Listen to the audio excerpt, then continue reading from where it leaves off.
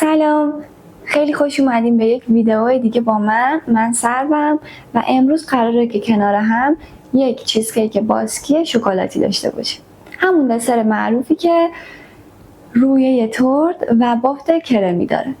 اصالت این دسر برمیگرده به سن سباستین در اسپانیا و اینکه همون لایه تورت و سوخته‌ای که روش ایجاد میشه باعث میشه که یه طعم کاراملی به دسر ما بده و یه طعم متفاوت داشته باشیم.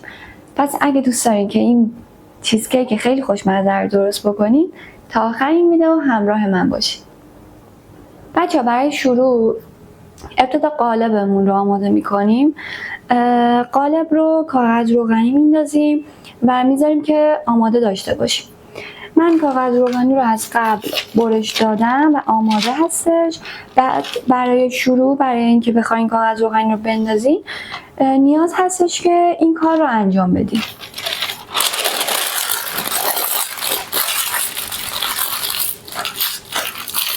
این کار باعث میشه که کاغذ روغنی راحت تر تو تن قالبتون بشینه.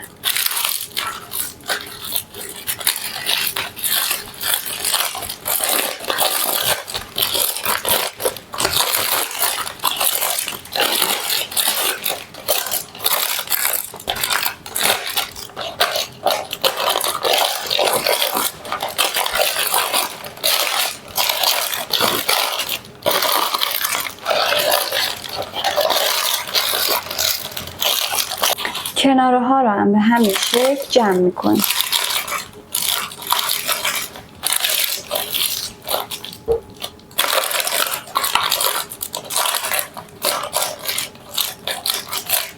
خب بچه ها، بعد از اینکه کامل فیکسش کردیم ممکنه که توی قالبتون یه سری نامرتبی ها و ناهماهنگی ها ایجاد شده باشه با کاغذ روغنیتون و این کاملا طبیعی هستش.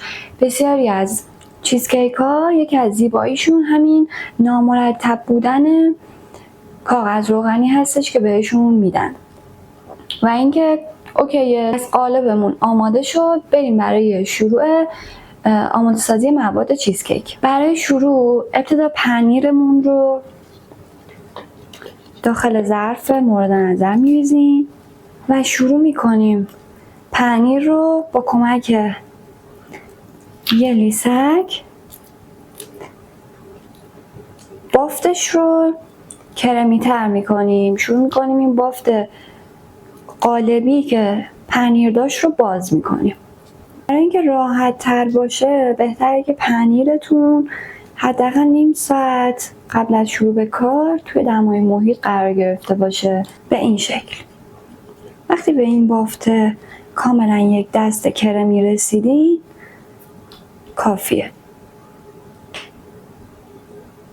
شکر رو اضافه میکنیم.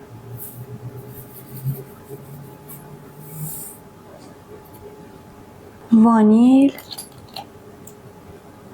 یک درب کافیه.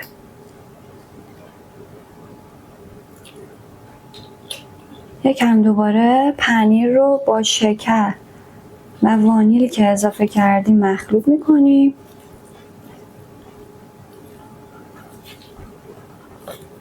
و حالا تخم مرغامون رو شروع میکنیم به هم زدن.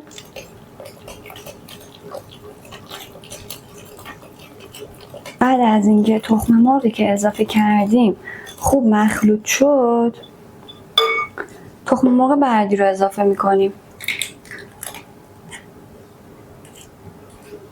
چرا تخم مرغ ها رو جدا جدا اضافه میکنیم؟ به دلیل اینکه مواد ممکنه وقتی همه تخم مرغ رو با هم اضافه بکنین یه حالت بریده یا گلوله‌ای پیدا بکنه. بعد مجبور میشیم که به مرور هی بیشتر هم بزنیم و این بیشتر هم زدن هوای بیشتری رو وارد مایه ما میکنه و هوای زیادی وارد شدن واسه این چیزکیک ما اصلا خوب نیست، چون موقع پخت زیاد پف نمیکنه و ممکنه که پفش یا بعد از پخت وسطش زیاد بخوابه و ترک‌های نامنظم داشته باشه. پس تخم مرغ رو دونه دونه اضافه کنید، هر تعدادی که داشتین و همین دونه دونه اضافه کنید و خوب مخلوط کنید. حالا نوبت شکلات آب شده هستش. شکلاتی که یه درصد تلخ بالایی داشته باشه، مثلا شکلات 70% اوکیه.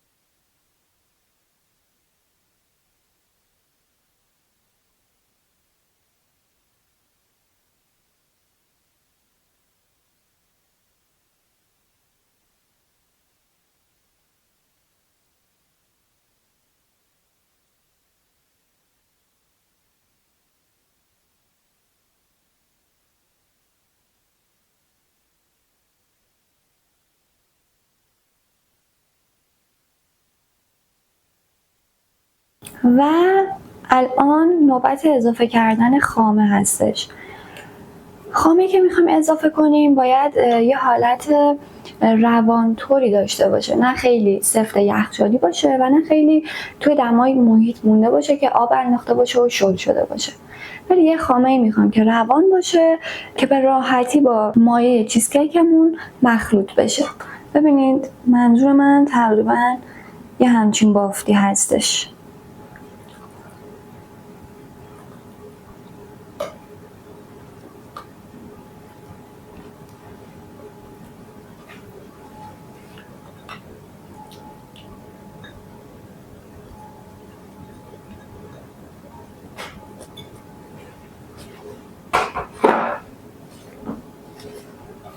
و دوباره شروع به مخلوط کردن میکنیم.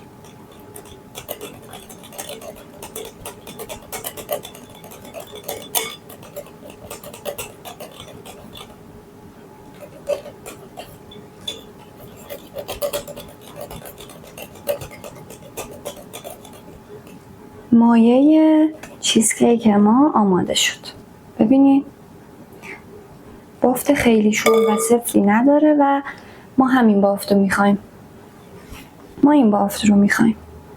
بافت کرمیتو که نه خیلی سفته و نه خیلی شل ولی غلیظه. بعد از اینکه مایمون آماده شد فر رو دما میدیم 220 درجه به مدت 25 دقیقه. ولی خب به تایم اکتفا نکنید و سعی کنید که از تایم 20 به بعد چک بکنید، چون ممکنه که دمای هر فر با فر یه مقدار متفاوت باشه. حالا مایمون رو میریزیم داخل قالبمون.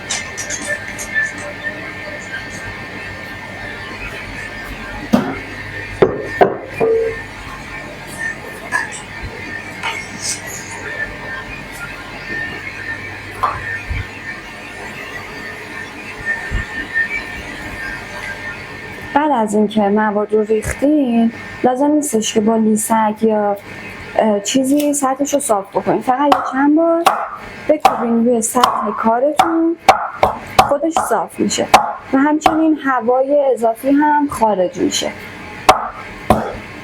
حبابا رو ببینید الان آماده است برای اینکه بره داخل فر. بعد از اینکه فرم بوق زد من چیزکیکم رو میذارم داخل فر. خب بعد از گذشت 25 دقیقه تا 30 دقیقه چیزکیک من آماده شد.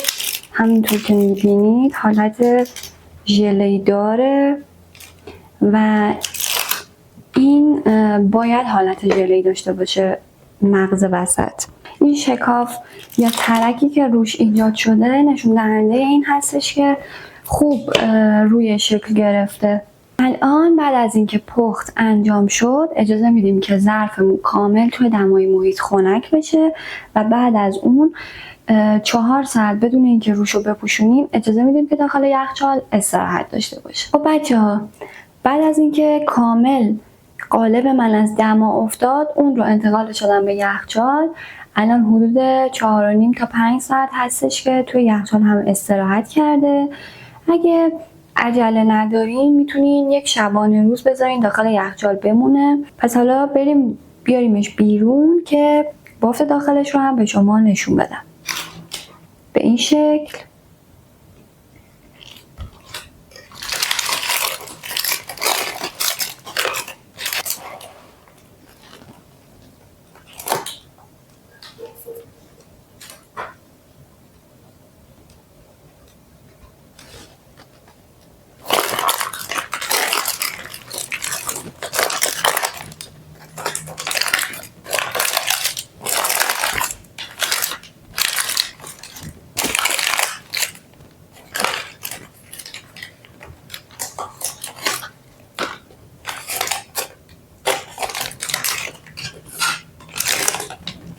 به یک نکته هم دقت داشته باشین، به محض اینکه از یخچال خارج میشه سریع برش ندین. حدودا 10 دقیقه بذاریم تو دمای محیط بمونه و بعد برشش رو انجام بدین. برشش رو هم باید اینجوری باشه که یک چاقویی رو که انتخاب میکنید باید کنارتون هم یه آب جوش باشه. چاقو رو ببرین توی آب جوش و بعد برش بدین. بعد از اینکه آب جوشتون رو هم درست کردین حالا چاقو رو با آب جوش آغشته بکنید و بعد برش رو انجام بدید. حتما بعد از اینکه چاقو رو خیس کردین خشکش بکنید. میتونید یه چند بار این کار رو انجام بدین تا چاقوتون قشنگ داغ بشه.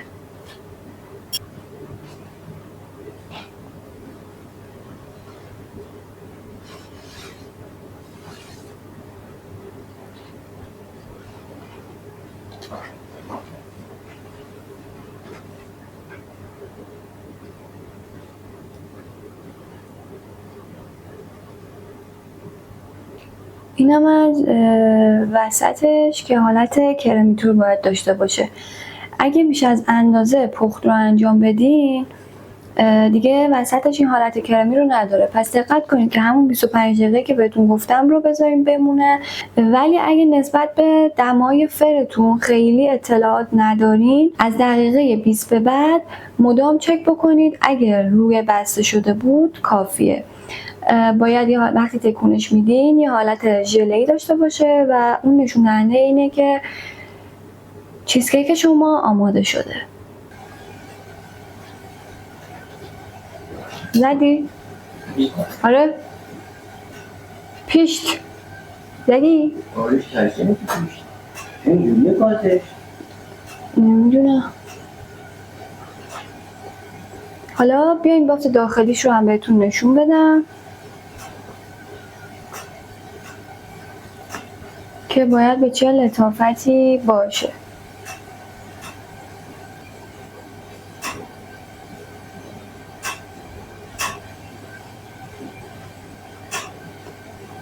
به این شکل.